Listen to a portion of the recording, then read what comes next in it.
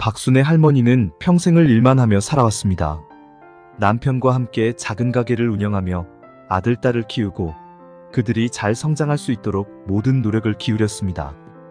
아이들이 성장하여 결혼하고 나니 할머니는 문득 자신을 위해 해온 것이 없다는 사실을 깨닫게 되었습니다. 남편의 건강이 나빠져 함께 운영하던 가게마저도 정리하게 되어 할머니는 하루하루가 우울하고 삶의 의미를 잃은 듯한 기분이었습니다. 그러던 어느 날 라디오에서 흘러나오는 사연을 듣게 되었습니다. 그 사연은 자신의 삶과 비슷한 삶을 살아온 한 여성이 자신의 삶을 위해 뒤늦게 변화하려고 노력했고 어느새 그 어느 때보다 행복한 삶을 살아가고 있다는 사연을 들으며 할머니는 자신도 변하고 싶어졌습니다. 이렇게 우울하게 시간을 보내고 있다고 해서 삶이 변하지 않을 것이라는 걸 가슴 깊이 깨닫고 노년을 행복하게 보내기 위한 필요한 조건들을 알아보게 되었습니다. 그 이후로 그녀의 삶은 놀랍도록 변화했습니다. 오늘은 박순의 할머니가 자신의 노년을 행복하게 보낼 수 있도록 알아보고 실천했던 5가지에 대해 이야기해 보겠습니다. 1. 자신을 위한 시간과 취미. 첫 번째로 박순의 할머니는 자신을 위한 시간을 갖기 시작했습니다. 그동안 일과 가사에만 매달려 자신의 삶을 잊고 지냈던 할머니는 이제 매일 아침 산책을 하고 독서를 하며 시간을 보냈습니다.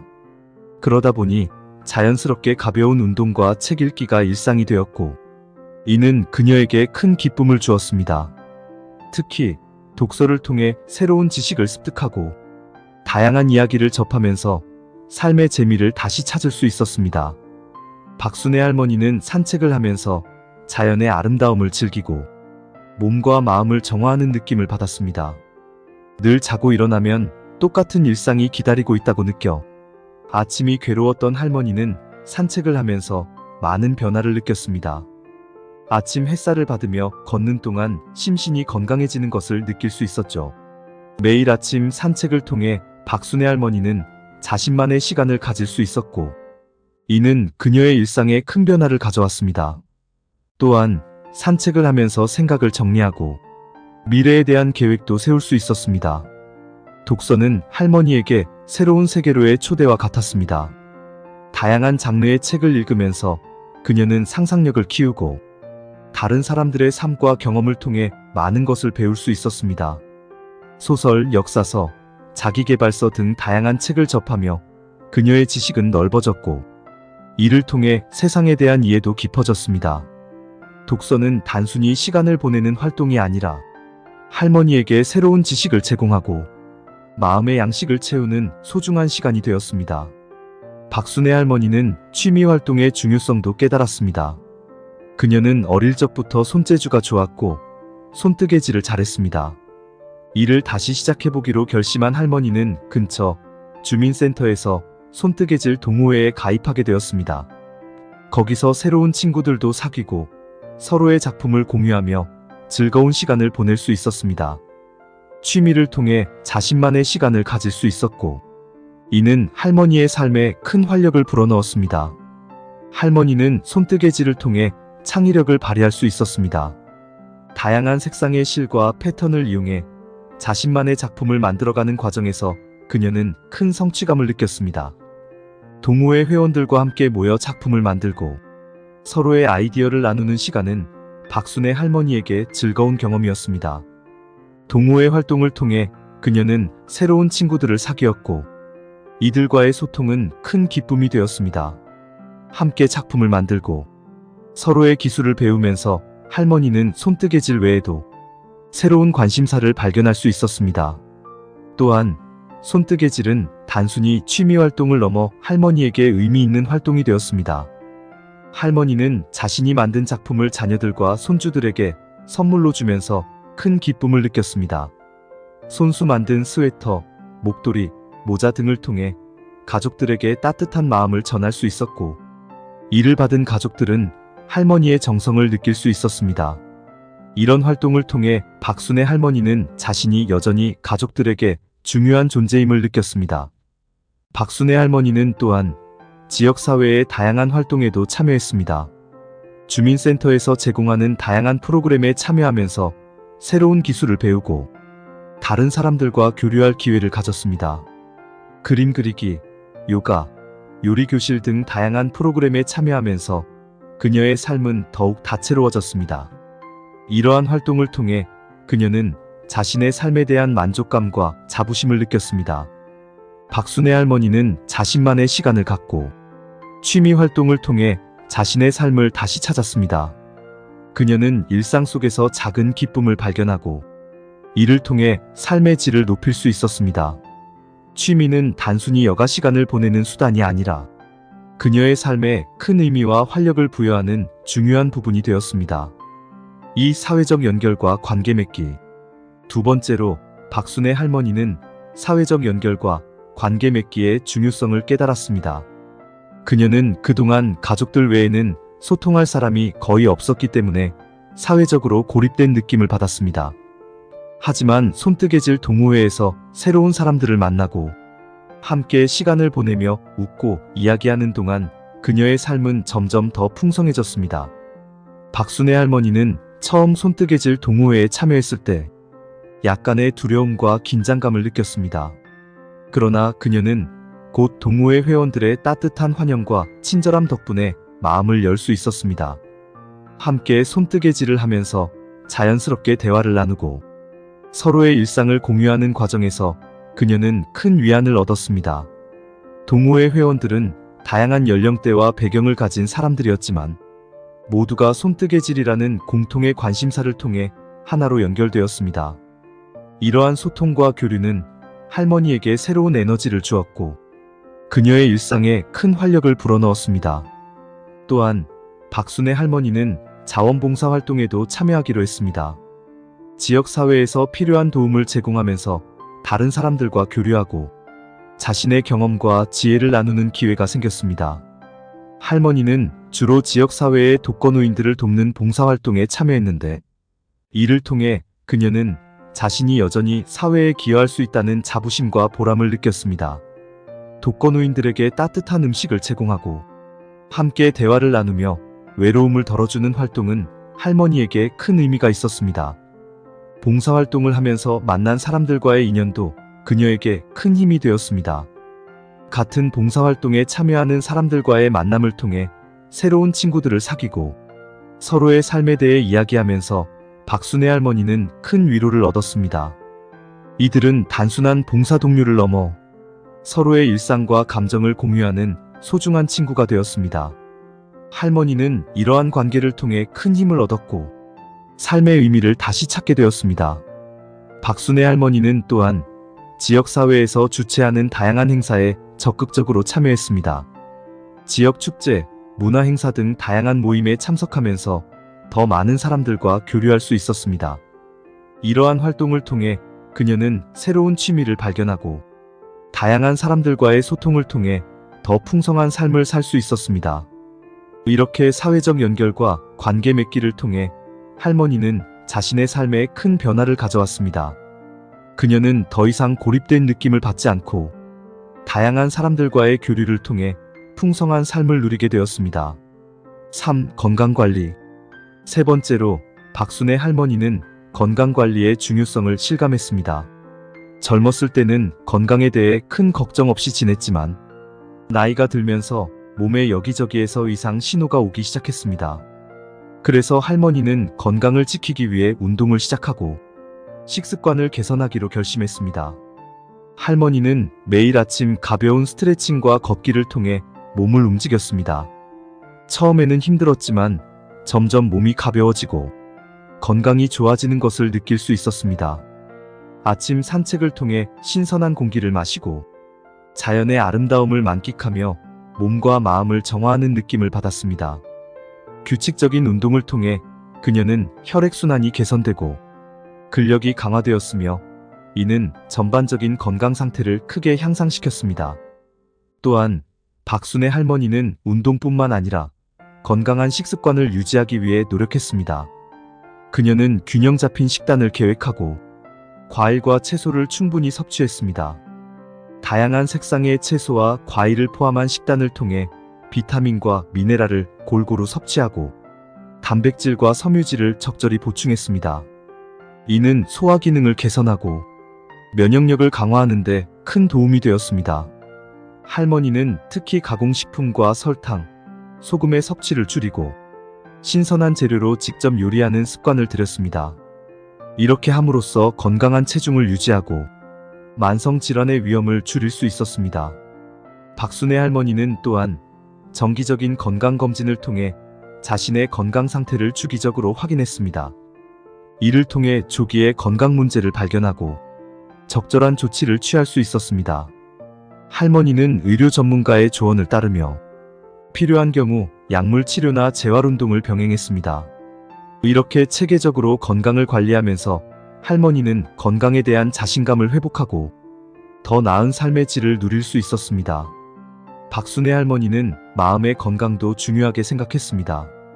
명상과 호흡 운동을 통해 스트레스를 관리하고 긍정적인 마음가짐을 유지하려고 노력했습니다. 그녀는 매일 몇 분씩 조용한 시간을 가지며 자신의 내면을 돌아보고 마음을 안정시키는 데 집중했습니다. 이러한 정신적인 건강관리 역시 그녀의 전반적인 건강을 향상시키는 데 큰 역할을 했습니다. 건강관리는 단순히 신체적인 면에 국한되지 않았습니다. 할머니는 정신적, 정서적 건강 또한 중요하게 생각했습니다. 긍정적인 생각을 유지하고 스트레스를 효과적으로 관리하기 위해 노력했습니다. 그녀는 명상과 요가를 통해 마음의 평화를 찾고 스트레스를 해소할 수 있었습니다. 또한 친구들과의 대화와 소통을 통해 정서적 지지를 받았고, 이는 그녀의 전반적인 행복감에 큰 도움이 되었습니다. 4. 경제적 안정. 네 번째로 박순애 할머니는 경제적 안정의 중요성을 깨달았습니다. 노후에 경제적 어려움이 닥치지 않도록 미리 준비하는 것이 필요했습니다.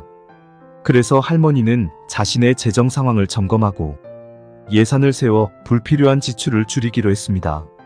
젊었을 때는 아이들을 키우고 가정을 꾸리느라 재정 관리를 소홀히 했지만 이제는 자신의 노후를 위해 철저한 계획이 필요하다는 것을 깨달았습니다. 박순애 할머니는 먼저 자신의 재정 상태를 꼼꼼히 분석했습니다. 현재의 수입과 지출을 정확히 파악하고 미래에 예상되는 지출 항목들을 정리했습니다. 이 과정에서 그녀는 불필요한 소비를 줄이고 지출을 효율적으로 관리하는 방법을 찾았습니다. 예를 들어 불필요할 만큼 비싸게 내고 있던 핸드폰 요금이나 TV 요금 같은 것을 필요에 맞게 줄이고 대형마트에서 대량 구매하는 대신 지역시장을 이용해 신선하고 저렴한 식재료를 구매하는 등의 방법을 통해 지출을 절감할 수 있었습니다. 또한 할머니는 적절한 재정 계획을 세우기 위해 금융 전문가의 도움을 받았습니다. 이를 통해 연금 수령, 저축, 투자 등의 방법을 체계적으로 관리할 수 있었습니다. 할머니는 다양한 연금 상품을 비교하고 자신에게 가장 적합한 연금을 선택했습니다.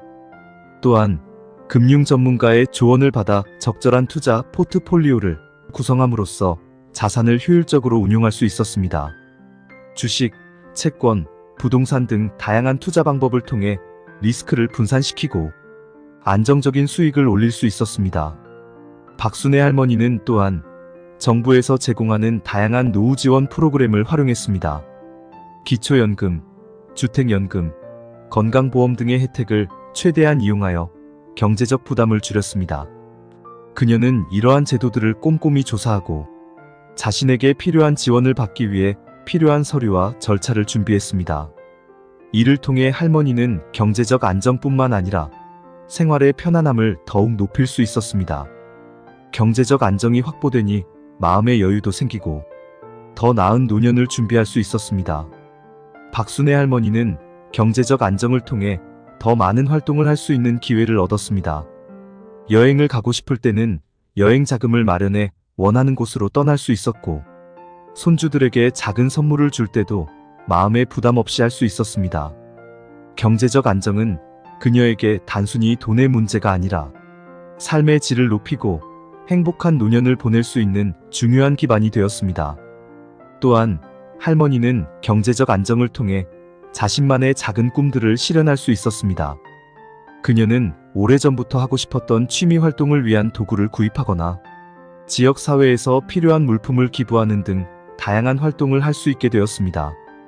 이러한 경제적 안정은 할머니에게 큰 자부심과 만족감을 주었고, 이는 그녀의 전반적인 삶의 질을 크게 향상시켰습니다. 5. 긍정적인 마인드와 목표 설정. 마지막으로 박순애 할머니는 긍정적인 마인드와 목표 설정의 중요성을 깨달았습니다. 그녀는 삶의 작은 일에도 감사하는 마음을 가지기로 했습니다. 매일 아침 일기를 쓰면서 그날 있었던 좋은 일들을 기록하고 감사하는 마음을 표현했습니다. 이 과정은 그녀에게 큰 위안과 기쁨을 주었고, 일상의 소중함을 다시 한번 깨닫게 해주었습니다. 일기를 쓰며 느낀 감사함은 하루의 시작을 긍정적으로 열어주는 원동력이 되었습니다. 박순애 할머니는 긍정적인 마인드를 유지하기 위해 의식적으로 노력했습니다. 그녀는 작은 일에도 감사함을 느끼고 이를 글로 표현함으로써 긍정적인 에너지를 높였습니다. 아침에 일어나 따뜻한 햇살을 느끼며 감사함을 느끼고, 가족과 친구들과의 소소한 대화에서도 행복을 찾았습니다. 이러한 작은 감사들이 모여 그녀의 삶을 풍요롭게 만들었고, 이는 할머니의 전반적인 정신적 건강에도 큰 도움이 되었습니다. 또한 할머니는 새로운 목표를 설정하고 이를 이루기 위해 노력했습니다. 예를 들어 새로운 언어를 배우거나 여행을 계획하는 등의 목표를 세웠습니다. 그녀는 어린 시절 배우지 못했던 영어를 공부하기로 결심하고 지역 커뮤니티 센터에서 제공하는 영어 강좌에 등록했습니다. 새로운 언어를 배우는 과정은 그녀에게 도전과 동시에 큰 즐거움을 주었고, 이를 통해 새로운 사람들과 소통할 수 있는 기회를 얻었습니다. 또 다른 목표로 할머니는 여행을 계획했습니다. 그녀는 항상 가고 싶었던 제주도 여행을 목표로 삼고 이를 위해 저축을 시작했습니다. 여행 준비 과정에서 다양한 자료를 조사하고 여행 일정을 계획하는 일은 그녀에게 큰 동기부여가 되었습니다. 또한 여행을 통해 새로운 경험을 쌓고 다양한 문화를 접하는 것은 그녀의 삶에 새로운 활력을 불어넣었습니다. 제주도의 아름다운 자연과 풍경을 직접 경험하면서 할머니는 큰 만족감을 느꼈고, 이는 그녀의 일상에 큰 활력을 불어넣어 주었습니다. 할머니는 이러한 목표들을 통해 자신에게 도전하고 새로운 것을 배우는 과정에서 큰 만족감을 얻었습니다.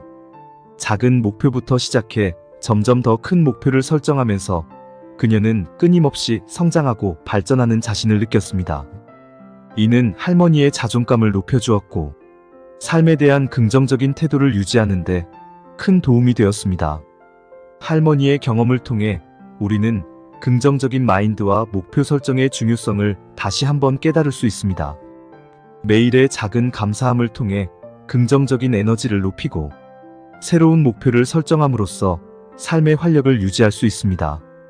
박순애 할머니의 이야기를 통해 많은 분들이 긍정적인 마인드를 갖고 목표를 설정하여 더 나은 삶을 살아가시길 바랍니다. 박순애 할머니는 이 5가지 조건을 실천함으로써 행복한 노년을 보낼 수 있었습니다.